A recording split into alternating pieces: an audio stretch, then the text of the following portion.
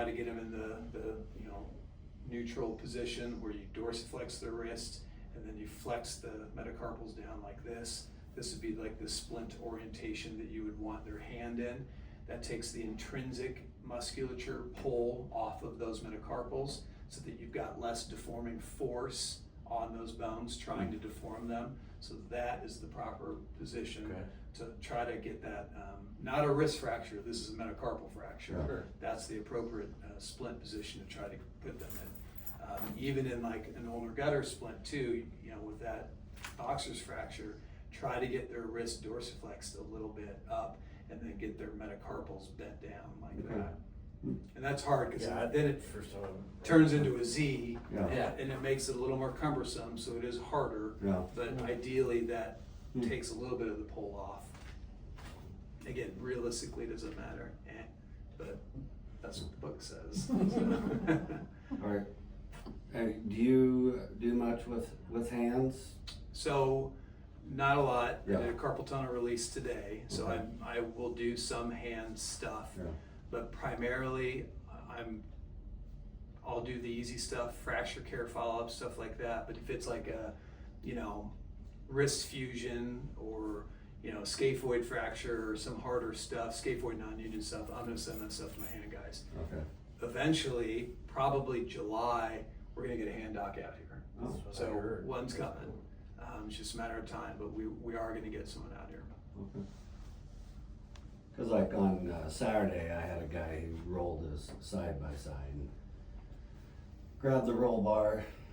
Well, everything was okay except his hand. They always seem to do that, don't they? They grab and he had a couple nasty compound fractures of the 3rd and 5th and mid shaft on his 4th, and had some very nasty lacerations and stuff.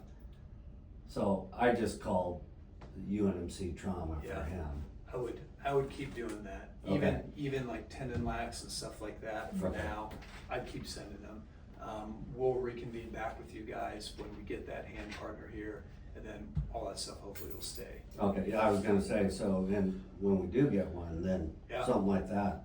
Keep it. You bet. I love that. I love it.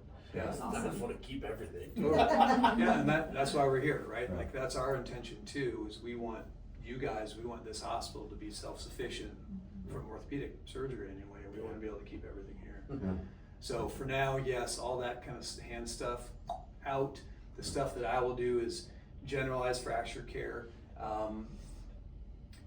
And if it were to need something, obviously we'll send it to Council Bluffs, which is one of our hand partners for sure. I will do all the distal radiuses that you bring to me. I'll fix those if needed, certainly follow them. And what about pediatric? Yeah. What's your cutoff there? I saw a 9-year-old today with an elbow. I'll do them. I don't love them. Yeah. I mean, if you think it's something that's kind of serious, children's. But if it's like, I can't tell if it's fractured or not, kind of a mild injury, kid's kind of moving it around okay, I'll see it. You'll follow up. Yeah, and I know that's a gray area and that kind of stinks, but I'm here to help. I want to do everything I can to keep our local patients here local. Sure. But if there's ever a question, if you guys are like, I don't feel really great about it, just send it. Because that, I'm not going to feel great about it either, because I'm not going to know exactly what I'm dealing with. So I think pediatric, just kind of use your judgment there. Yeah. If you think it's straightforward and simple, happy to see it. If you feel like it's kind of on the fence, then ship it. Sounds good. What else? So we've done foot, ankle, tibia fractures. You probably see those every once in a blue moon. Oh yeah. Just put them in a, kind of a long stirrup above the knee. Go up to the middle of the thigh, stabilize that knee. We did kneecap, patella fractures. Tibia plateau is still just knee immobilizer. Knee immobilizer, or again that hinge knee brace, because it's the same thing. Is I'm going to put them in that hinge knee brace right after surgery. So I would, if you have those readily available, I would skip the immobilizer and put them in the hinge knee brace, locked in full extension. You could even, if you wanted that, you could even flex them lock them in like 20 degrees of flexion. That flexion takes a little bit of tension out of the knee joint so that there's less pain with that hematoma. And if you see that knee immobilizer, it's got a little flexion built into it. Yeah. It's because it feels better. Okay. So on those plateaus, you get to lock them into 20 degrees of flexion. And you're doing the hips here. Yeah, and I do plateaus here. If Good. you have plateau fractures, I'll do them here. Okay. Hips, both, replacements and nails we'll do here. What, now are you doing a total hip? So I'm not doing totals, I'll do No. hemis. Okay. We have our partner that's joining our group in May, Todd Skundiak, who's gonna come here. And I he's, know, I remember him when he was like, in Omaha the first round. yeah, I so worked with he's, him at the OG Creighton. he's amazing. Oh, that's where I knew him. He What does approach does crazy he stuff. do? He's awesome. Everything. Does he do an anterior Yeah. for, yeah? Yeah, so he does everything. So I saw a hip that needs a hip replacement today. I'm gonna get that patient set up for Todd when he gets here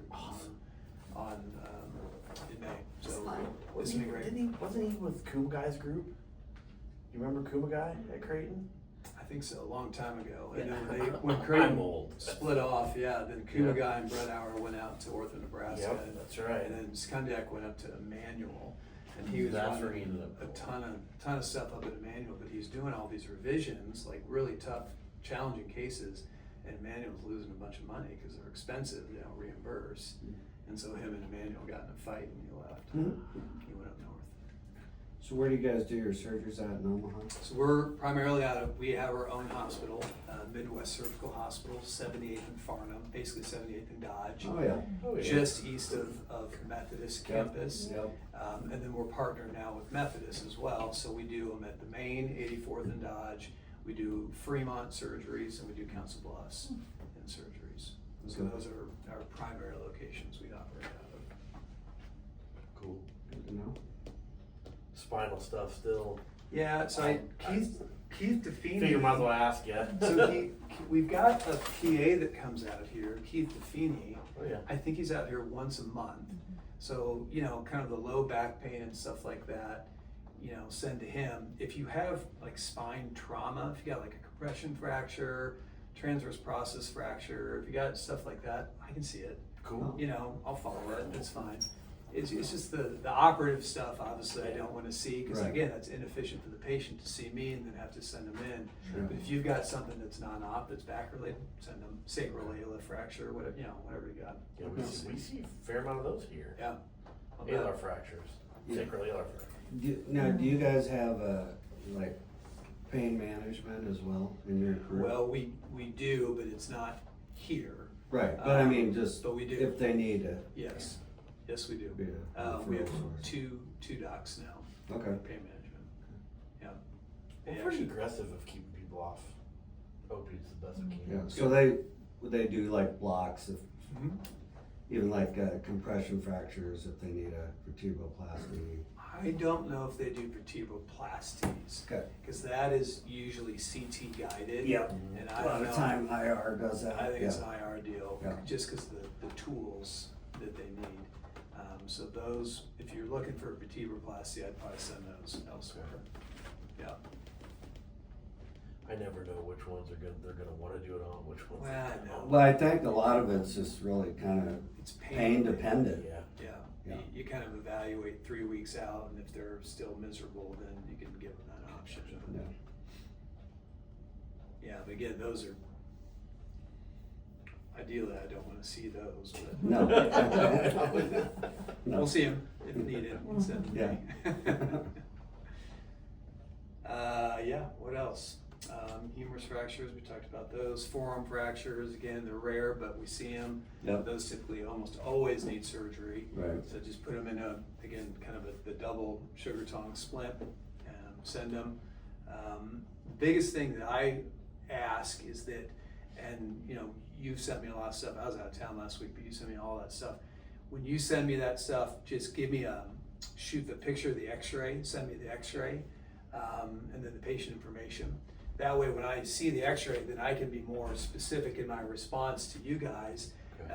and say, okay, well, here's what this is what it needs, and send it to me or Yeah. needs to go elsewhere, et cetera. Just send me a picture of the x-ray. That's the biggest help for me. And I tried to get back as soon as I can. I got a new phone, which is a disaster. And so my tire text didn't flip over the weekend, so I was carrying around 2 phones, and that's why it took so long. So I'll try to get back as soon as I can. No worries. I mean, I don't expect you to be on 24/7. Yeah, exactly. 365 days a year. Yeah, That's kind of difficult. I get it, but again, I mean, it's fine. We've had pretty good, every time I've called your partners, they've been awesome. Yeah, and if I'm not available, then you go Well, to I my ended up partners. talking to Greer, and Yeah. she's like, yeah, keep them, that's fine. Yeah. That's the idea. Well, Crystal we had a prepatellar bursitis, so Crystal's like, Oh, yeah, you saw him, I just wanna make sure ortho's gonna follow, yeah, otherwise, yep. not much sense of keeping him here, so that's why.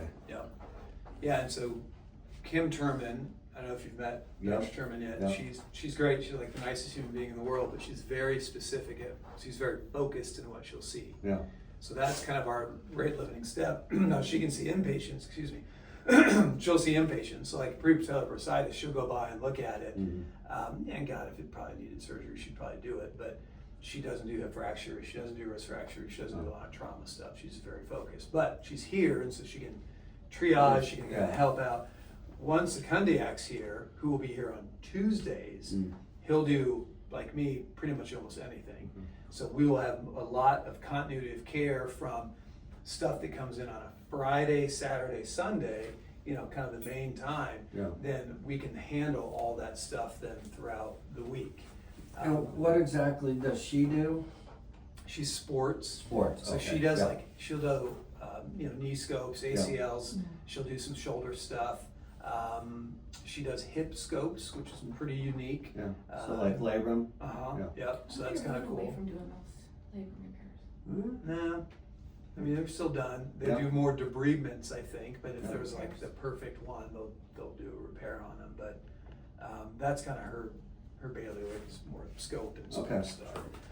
good to know. But between me and Todd, our hip fracture stuff, we should be able to keep most of them.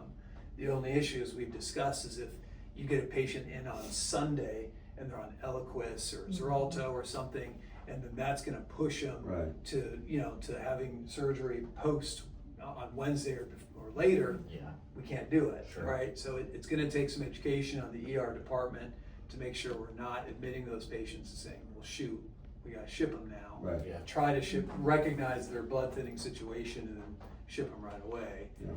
But anything else, I mean, if they're on Xarelto or whatever, and they come in Friday, then yeah, keep them, we'll be able to take care of it. What is is it 5 days? Or- So for a nail, I'm doing them on Xarelto or Eliquis right away. No, okay. And that is coming from Med Center. Med Center has been doing that, and so I've started doing it, and I've had very good success. Cool. I have not seen an increase in blood transfusions. A nail takes me like 20 minutes. It's pretty straightforward, pretty minimally invasive. Okay. So for IT hip fractures that need a nail, that blood thinning stuff doesn't bother me. It's the hemis that are the bigger issue. Sure. More soft tissue dissection, more bleeding. You're cutting into the bone, so a lot more bleeding there. So those would be the ones. Femoral neck fractures would be the ones we'd have to be careful about. Yeah. Okay. Cool. Okay. Do you do ACLs or? No, but Terman does. Yeah, I just didn't know if you did as well. Okay. One more thing too is that we're trying to implement where anything that needs to be seen by ortho, or that you want seen by ortho, call and leave a message on our front desk. That has been told to me is the best way that our office can triage these people without getting them lost in the shuffle. Because then on Monday morning at 7:30 when they show up, they pull all the patients and my nurse goes out there and says, okay, this is a priority, this is not whatever. Yeah. But we need that voicemail to have all those patients on there on Monday I think morning. the nurses have been really good about doing that. There's been a few that's been missed. Yeah, slipped through the cracks. And hey, look, it's gonna happen for a Yeah. while, we get it, Yeah. we just, But if the providers know too and say, hey, yeah, better call. Yep, just get the word out. Okay. Yeah, Okay. we'll keep checking and keep They communicating. called me on that lady this morning.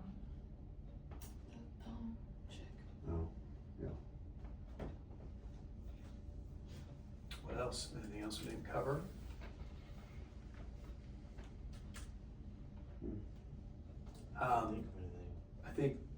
I hope you guys have my cell phone. Put it in the ER somewhere. You guys can call me at any point in time. Click is my cell phone, isn't it? Isn't the Click, or does that go through something else?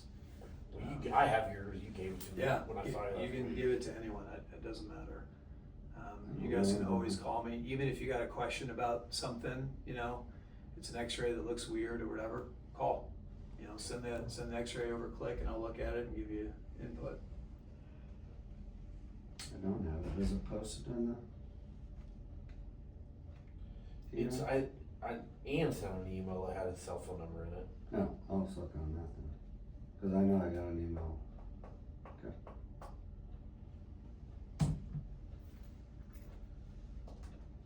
I gotta double check, I thought I put it in my phone, I didn't, so. It's in my office. Only one, it's easy. I'll take it. What else? You guys think anything else?